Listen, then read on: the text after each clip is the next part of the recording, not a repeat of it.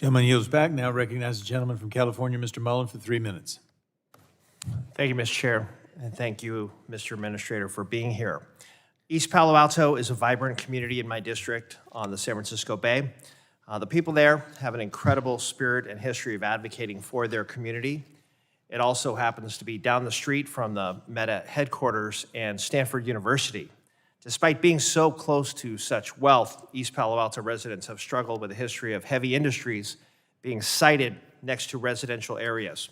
There are over 62 toxic waste sites within the city's 2.5 square miles. Not surprisingly, East Palo Alto faces challenges with air pollution. The biggest highway in the district, Highway 101, runs right through the middle of that community. The impacts of this pollution are undeniable. The community experiences significantly higher rates of asthma and respiratory disease. They have an average lifespan that's 13 years lower than the rest of San Mateo County. That's why it was such a big deal for this community when your agency last year awarded funding to a community organization to address air pollution. One local leader noted that he had, quote, residents calling me in tears saying how incredible it was to see their struggle finally recognized, end quote. Pam Jones, a resident of East Palo Alto for over 45 years, remarked that the community had been, quote, hopeful for a moment, end quote. As you know, it takes tremendous effort and organizing just to pull together a grant application. This money would have provided air purifiers to over 400 families for kids with asthma and seniors as well. This wasn't about ideology or some slogan.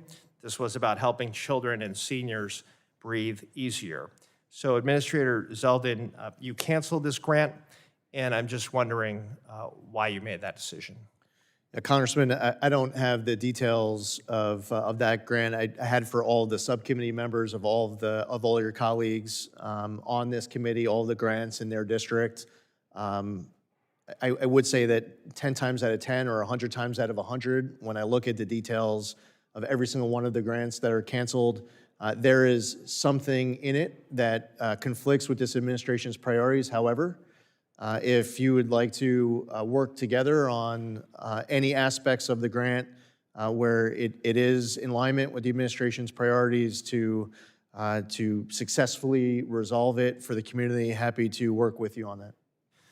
Thank you, sir. And do you believe the EPA or the president can decide not to spend money that Congress has appropriated? We have an obligation to spend money appropriated by Congress.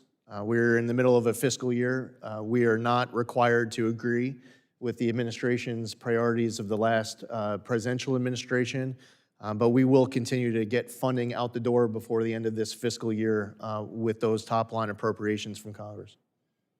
Thank you. I yield back.